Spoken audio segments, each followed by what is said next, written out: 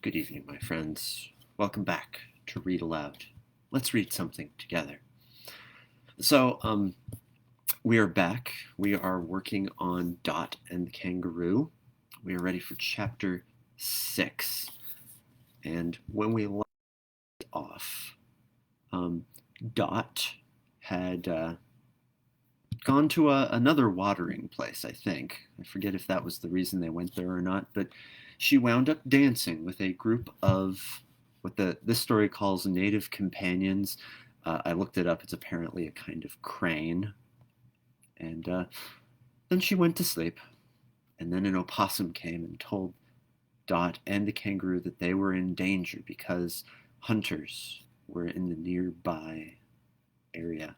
And the kangaroo has gone off to basically scout out and see what and where the danger is. So let's get right into it. We are ready for chapter 6 in Dot and the Kangaroo by Ethel Pedley.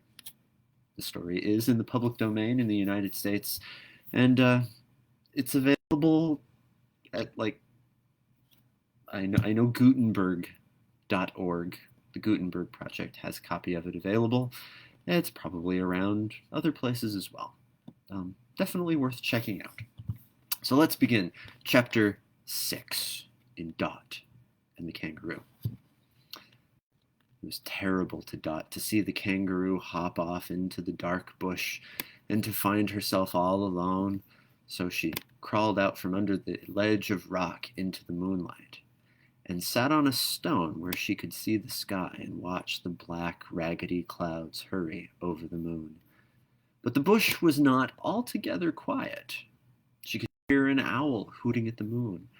Not far off was a camp of quarrelsome flying foxes, and the melancholy nightjar in the distance was fulfilling its mission of making all the bush creatures miserable with its incessant mournful mopoke, mopoke.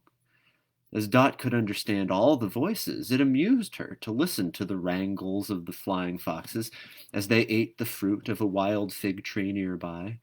She saw them swoop past on their huge black wings with a solemn flapping.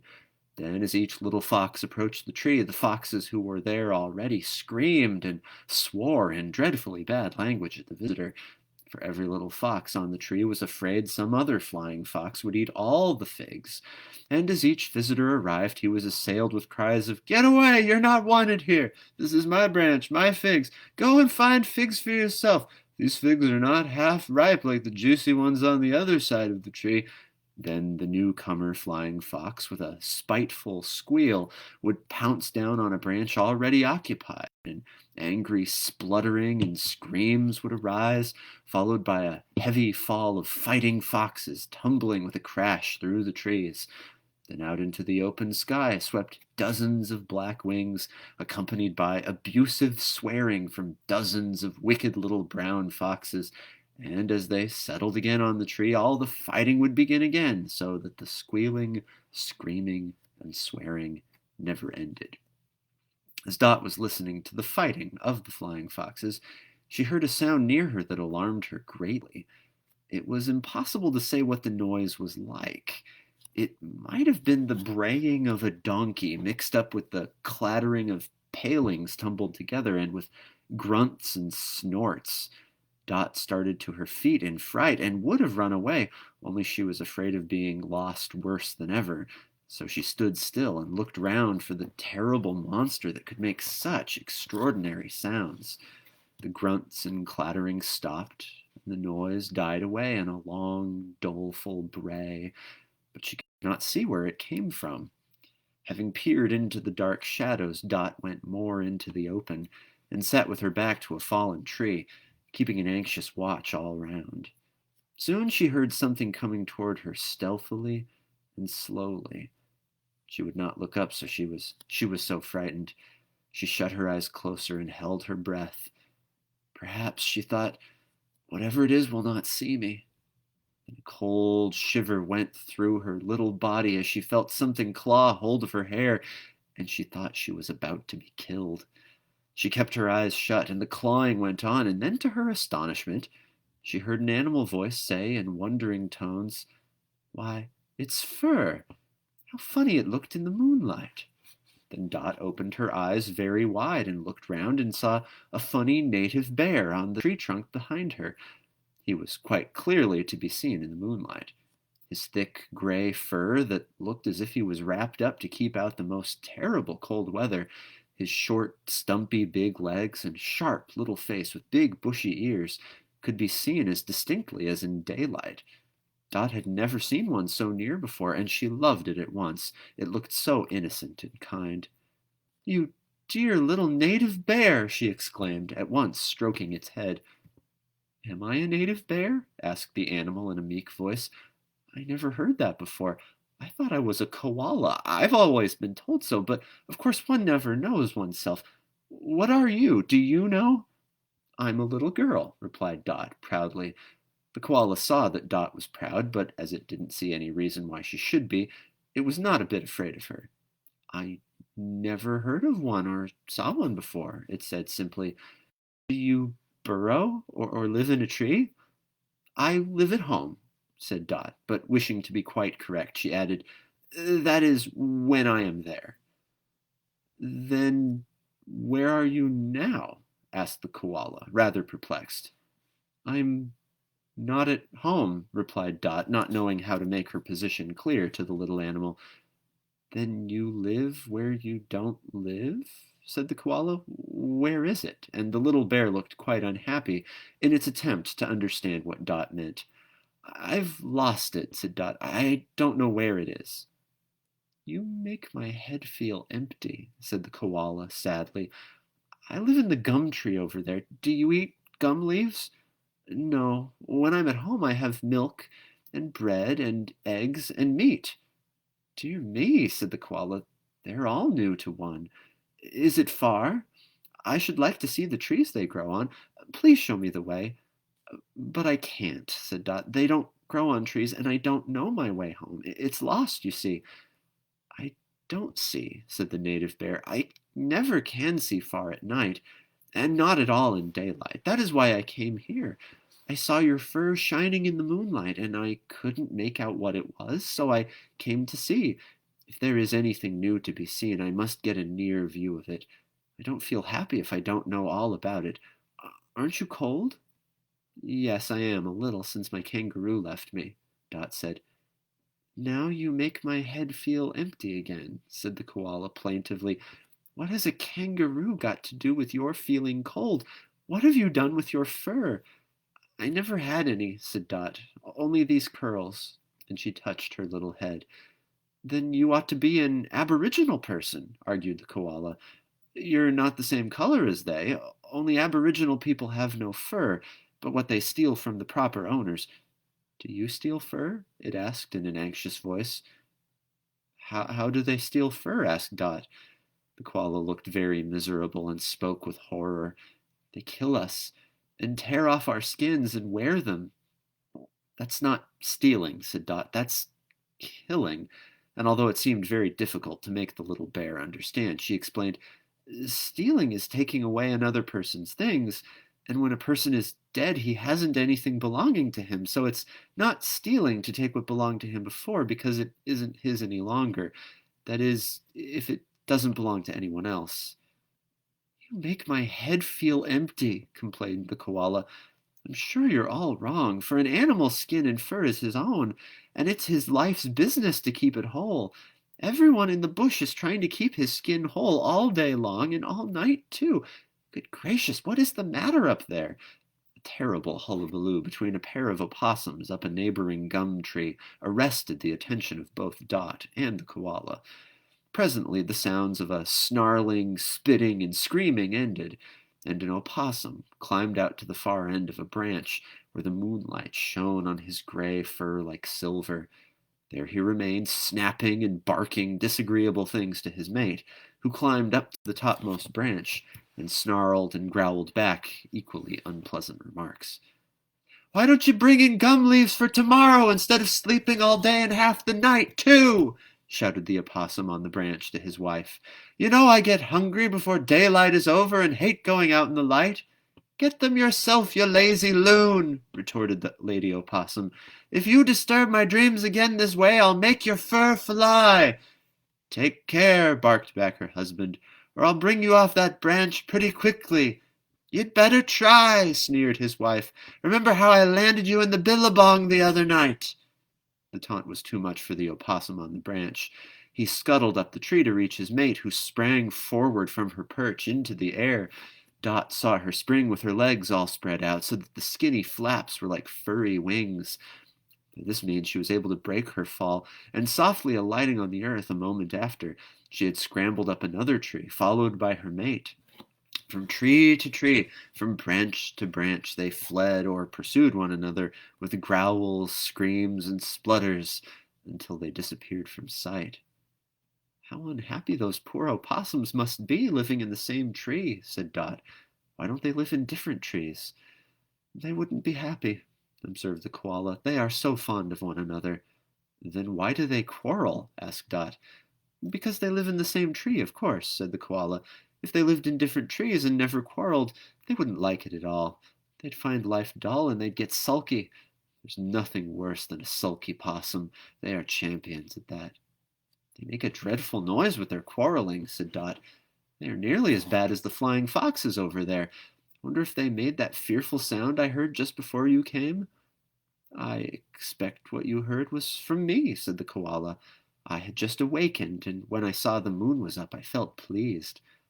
"Was all that sound and many noises yours?" asked Dot with astonishment, as she regarded the shaggy little animal on the tree trunk. The koala smiled modestly.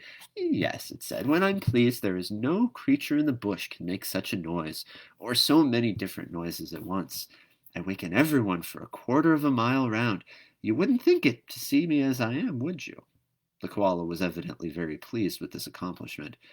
"It isn't kind of you to wake up all the sleeping creatures," said Dot. "Why not?" asked the koala. "You are a night creature, I suppose, or you wouldn't be awake now. Well, don't you think it unfair the way everything is arranged for the day creatures?" "But then," said Dot, "there are so many more day creatures." "That doesn't make any difference," observed the koala.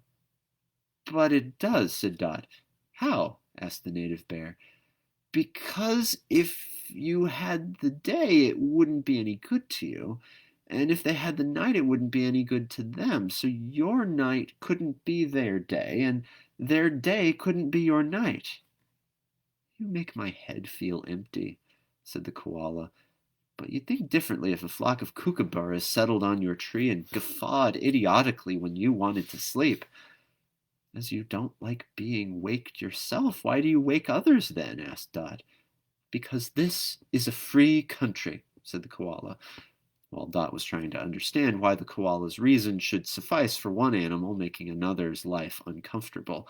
She was rejoiced to see the kangaroo bound into sight. She forgot all about the koala and rushed forward to meet it. Chapter 7. "I'm so glad you've come back," she exclaimed. The kangaroo was a little breathless and excited. "We are not in danger at present," she said, "but one never knows when one will be, so we must move, and that will be more dangerous than staying where we are." "Then let us stay," said Dot. "That won't do," replied the kangaroo. "This is the conclusion I have jumped to. If we stay here, the aboriginal hunters might come this way and their dingo dogs hunt us to death. To get to a safe place, we must pass their camp.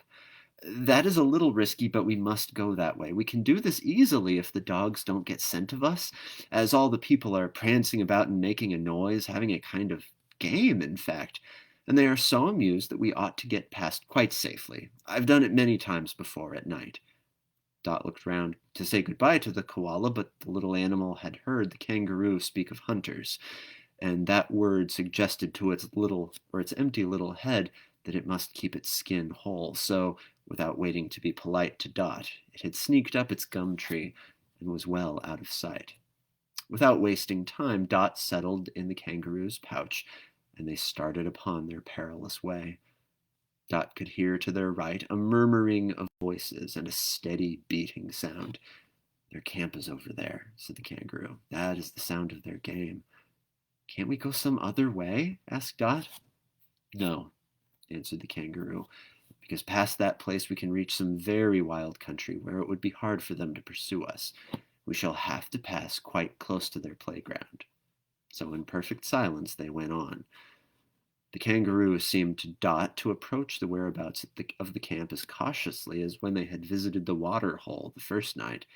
Dot's little heart beat fast as the sound of the corroboree came clearer and clearer, and they neared the scene of the dance. Soon she could hear the stamping of feet, the beating of weapons together, and the chanting, and sometimes there were the whimpering of dogs, and the cry of children at the camp a little distance from the corroboree ground. The kangaroo showed no signs of fear at the increasing noise of the people, but every sound of a dog caused it to stop and twist about its big ears and sensitive nose as it sniffed and listened. Soon Dot could see a great red flare of firelight through the trees ahead of their track, and she knew that in that place the group of men were having a festive dance. If they had gone on their way, it is possible that they would have slipped past the humans without danger.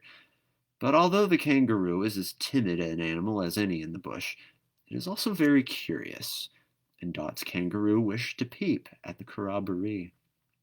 She whispered to Dot that it would be nice for a little human to see some other humans after being so long amongst bush creatures, and said also that there would be no great danger in hopping to a rock that would command a view of the open ground where the corroboree was being held. Of course, Dot thought this would be great fun, so the kangaroo took her to the rock, where they peeped through the trees and saw before them the weird scene and dance. It was a terrifying sight to Dot. "Oh, kangaroo," she whispered.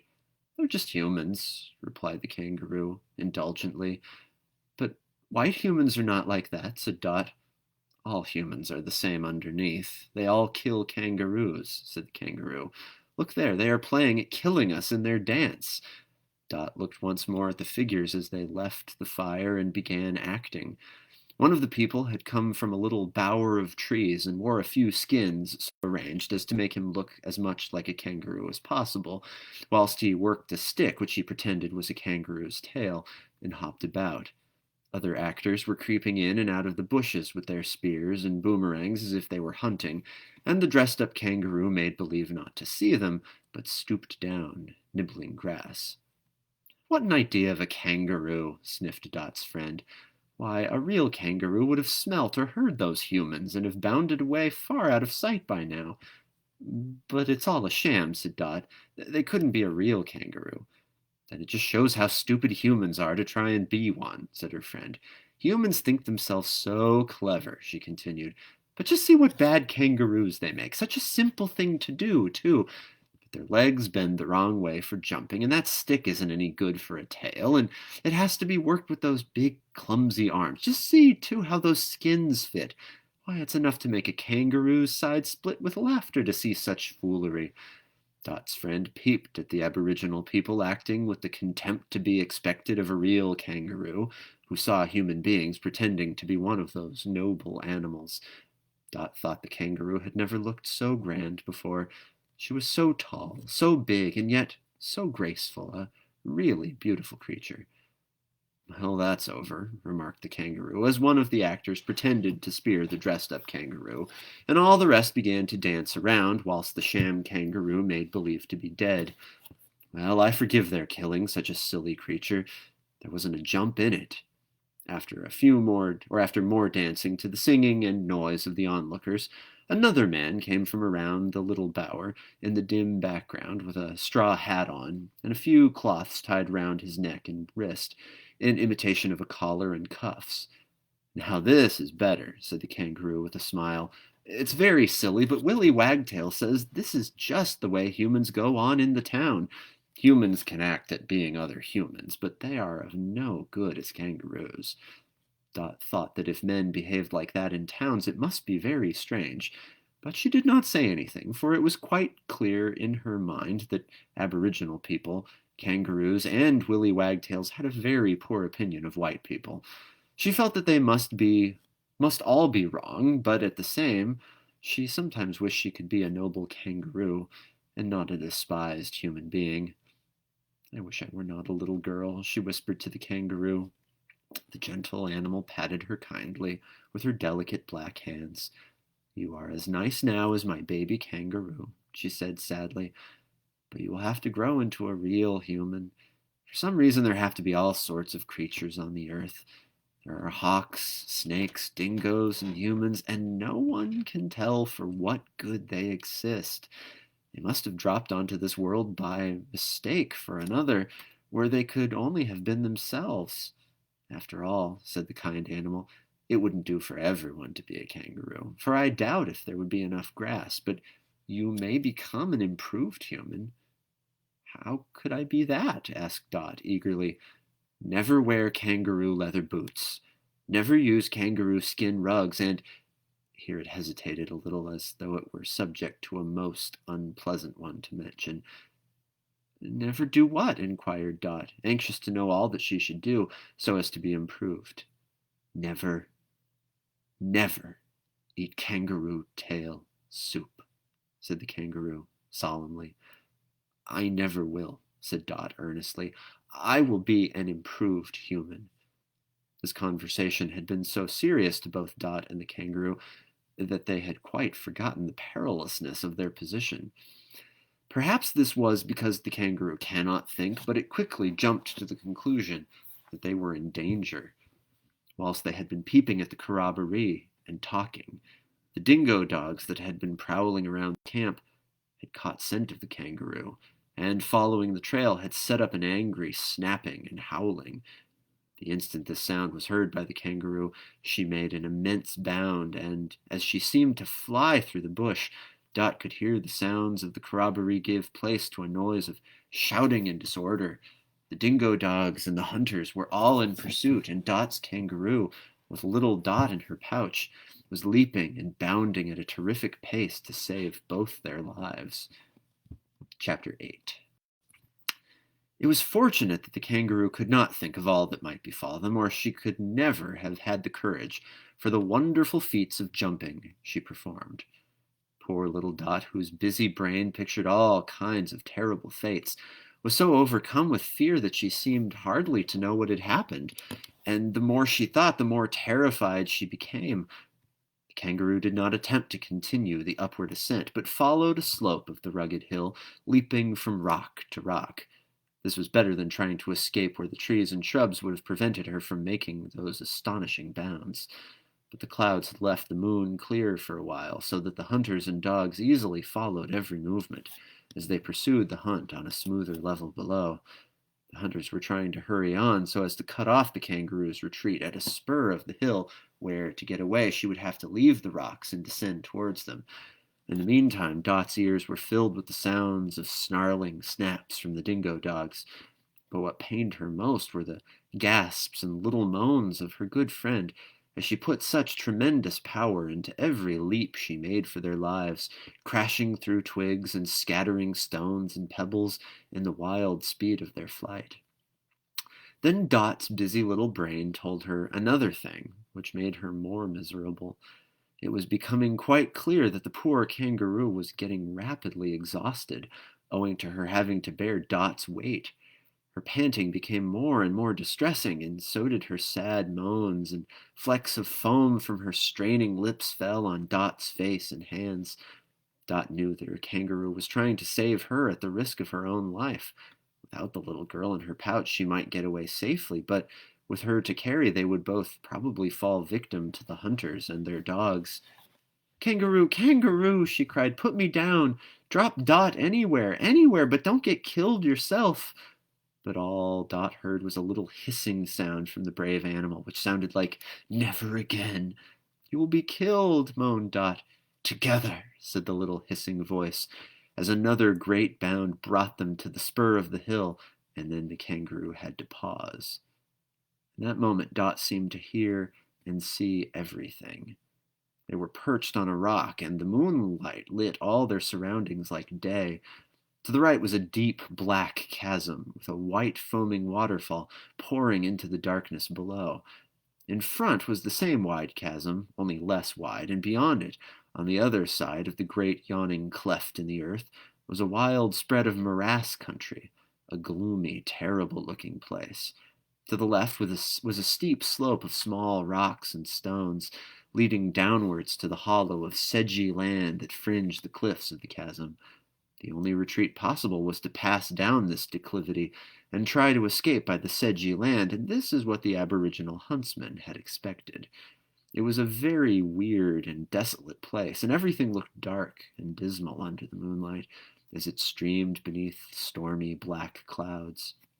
In that light, Dot could see the hunters hurrying forward. Already one of the dogs had far outrun the others, and with wolfish gait and savage sounds was pressing towards their place of observation. The panting, trembling kangaroo saw the approaching dog also, and leaped down from the crag. As she dropped to the earth, she stooped and quickly lifted Dot out of her pouch, and almost before Dot could realize the movement, she found herself standing alone, whilst the kangaroo hopped forward to the front of a big boulder, as if to meet the dog. Here the poor hunted creature took her stand, with her back close to the rock. Gentle and timid as she was, and unfitted by nature to fight for her life against fierce odds, it was brave indeed of the poor kangaroo to face her enemies, prepared to do battle for the lives of little Dot and herself. So noble did Dot's kangaroo look in that desperate moment, standing erect, waiting for her foe, and conquering her naturally frightened nature by a grand effort of courage, that it seemed impossible that either dogs or men should be so cruel as to take her life. For a moment the dingo hound seemed daunted by her bravery, and paused a little way off, panting, with its great tongue lolling out of its mouth. Dot could see its sharp, wicked little teeth gleaming in the moonlight. For a few seconds it hesitated to make the attack, and looked back down the slope to see if the other dogs were coming to help, but they were only just beginning the ascent, and the shouting hunters were farther off still. Then the dog could no longer control its savage nature. It longed to leap at the poor kangaroo's throat, that pretty, furry throat that Dot's arms had so often encircled lovingly, and it was impatient to fix its terrible teeth there, and hold in a wild struggle, until the poor kangaroo should gradually weaken from fear and exhaustion, and be choked to death. These thoughts filled the dog with a wicked joy. It wouldn't wait any longer for the other dingo hounds. It wanted to murder the kangaroo all by itself, so, with a toss of its head and a terrible snarl, it sprang forward ferociously, with open jaws aiming at the victim's throat. Dot clasped her cold hands together.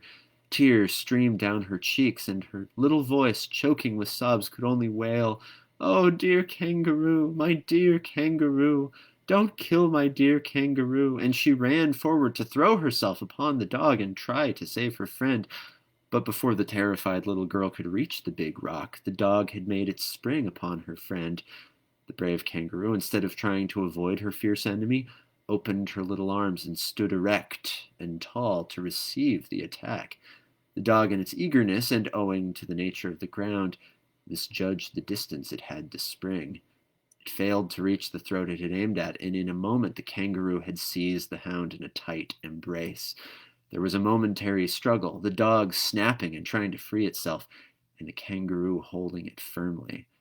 Then she used the only weapon she had to defend herself from dogs and men, the long, sharp claw in her foot. Whilst she held the dog in her arms, she raised her powerful leg, and with that long, strong claw tore open the dog's body. The dog yelped in pain as the kangaroo threw it to the ground, where it lay rolling in agony and dying, for the kangaroo had given it a terrible wound. The other dogs were still some distance below, and the cries of their companion caused them to pause in fear and wonder, while the Aboriginal men could be seen advancing in the dim light, flourishing their spears and boomerangs. It was quite impossible to retreat that way, and where Dot and her kangaroo were, they were hemmed in by a rocky cliff and the deep black chasm. The kangaroo saw at a glance where lay their only chance of life. She picked up Dot, placed her in her pouch, and without a word leaped forward towards that fearful gulf of darkness and foaming waters. As they neared the spot, Dot saw that the hunted animal was going to try and leap across to the other side, It seemed impossible that with one bound she could span that terrible place and reach the sedged morass beyond, and still more impossible that it should be done by the poor animal with heavy Dot in her pouch. Again Dot cried, "Oh, darling Kangaroo, leave me here and save yourself. You can never, never do it carrying me." All she heard was something like, "Try," or "We'll die." She could not make out what the kangaroo said, for the crashing of the waterfall, the whistling of the wind, and the scattering of stones as they dashed forward made such a storm of noises in her ears. She could see when they reached the grassy fringe of the precipice, where the kangaroo was able to quicken her pace, and literally seemed to fly to their fate. Then came the last bound before the great spring. Dot held her breath, and came over her. Her head seemed giddy, and she could not see, but she clasped her hands together and prayed, "God help my kangaroo!" And then she felt the fearful leap and rush through the air. Yes, they had just reached the other side. No, they had not quite. What was the matter? What a struggle!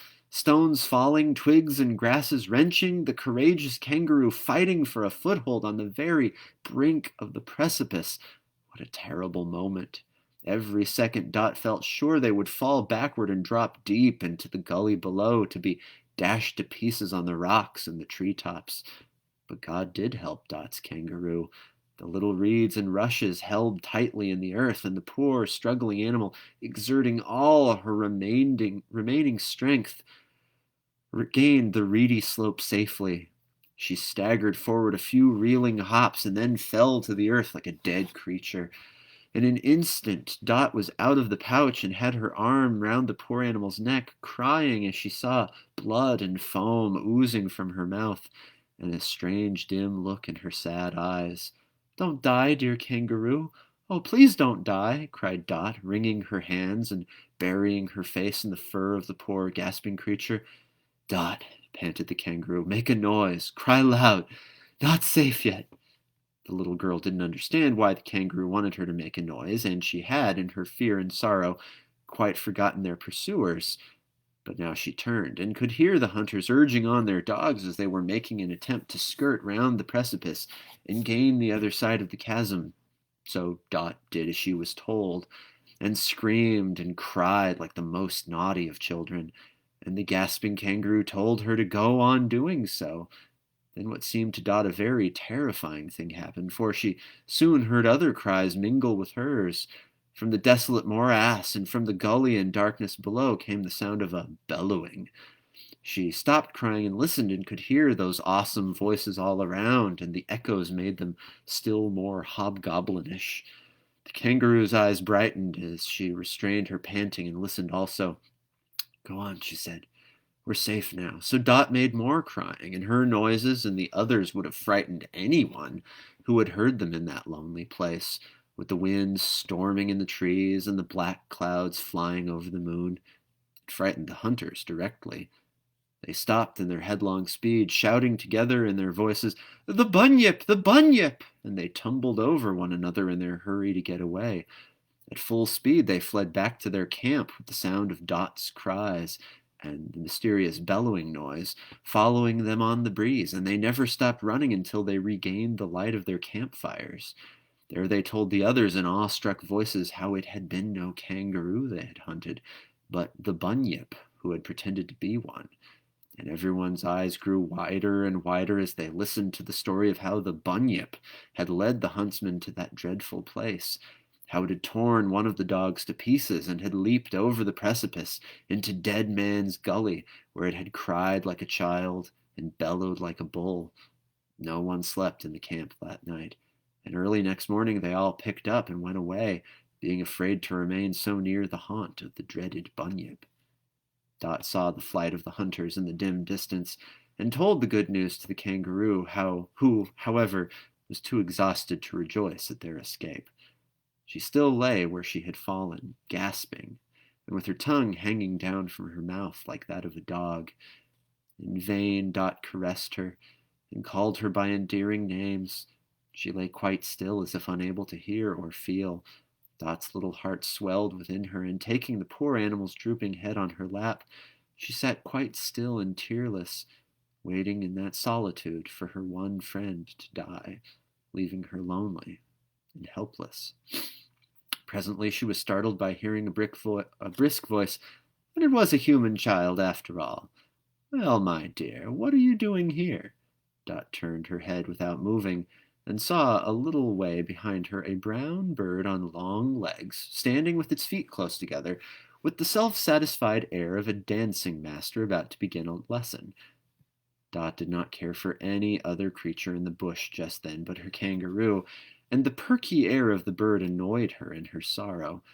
Without answering, she bent her head closer down to that of her poor friend, to see if her eyes were still shut, and wondered if they were ever open and looked bright and gentle again.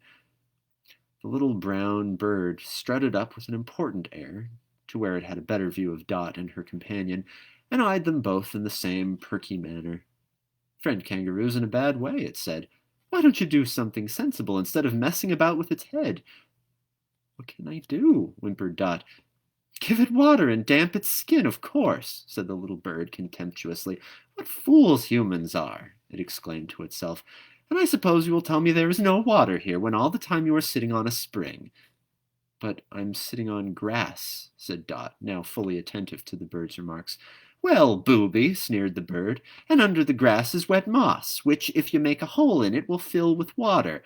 Why, I'd do it myself in a moment, only your claws are better suited for the purpose than mine. Set about it at once," it said sharply.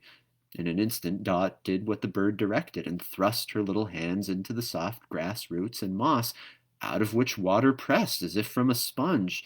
She had soon made a little hole, and the most beautiful clear water welled up into it at once. Then in the hollows of her little hands she collected it, and dashed it over the kangaroo's parched tongue, and, further instructed by the kindly, though rude little bird, she had soon wetted the suffering animal's fur. Gradually the breathing of the kangaroo became less of an effort. Her tongue moistened and returned to the mouth, and at last Dot saw with joy the brown eyes open, and she knew that her good friend was not going to die, but would get well again. Whilst all this took place, the little brown bird stood on one leg, with its head cocked on one side, watching the exhausted kangaroo's recovery with a comic expression of curiosity and conceit.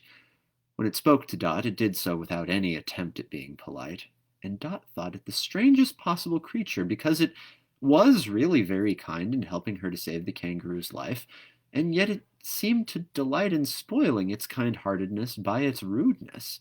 Afterwards the kangaroo told her that the little bittern is really a tender-hearted fellow, but he has an idea that kindness in rather small creatures provokes the contempt of the big ones.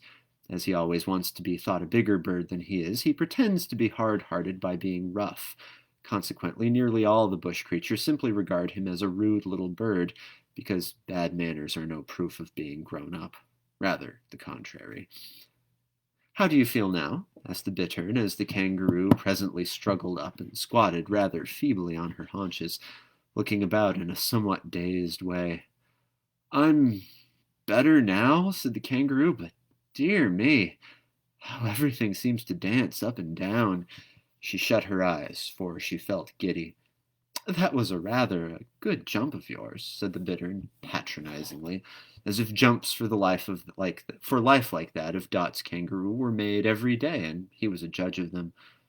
"Ah, I remember," said the kangaroo, opening her eyes again and looking round. "Where is Dot?"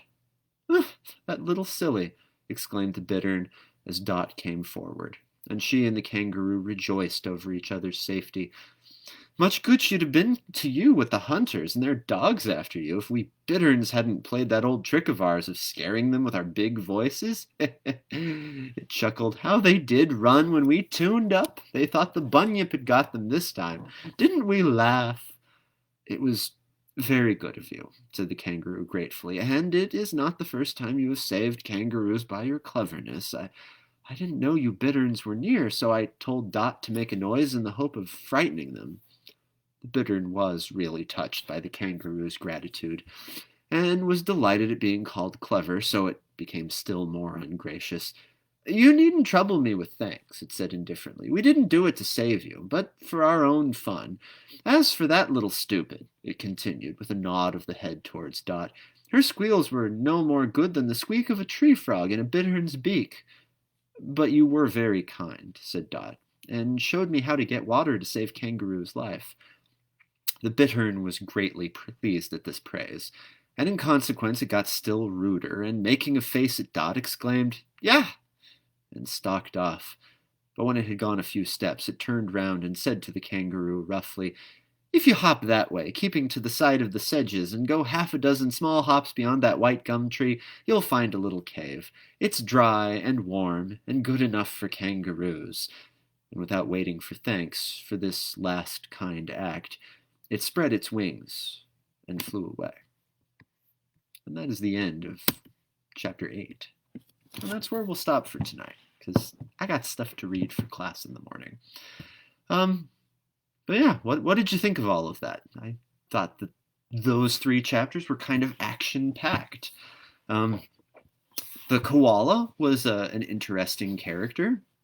The bittern was definitely a complex individual. Can definitely think of times where I've encountered rude people, and it's probably because they were compensating for something or were raised by people compensating for something, but I guess that's mere speculation. But yeah, there was great excitement and blood and guts and stuff. And anyway, thanks for sticking with me if you stuck with me the whole time, and if you've just joined me, go back and check it out. You might enjoy it.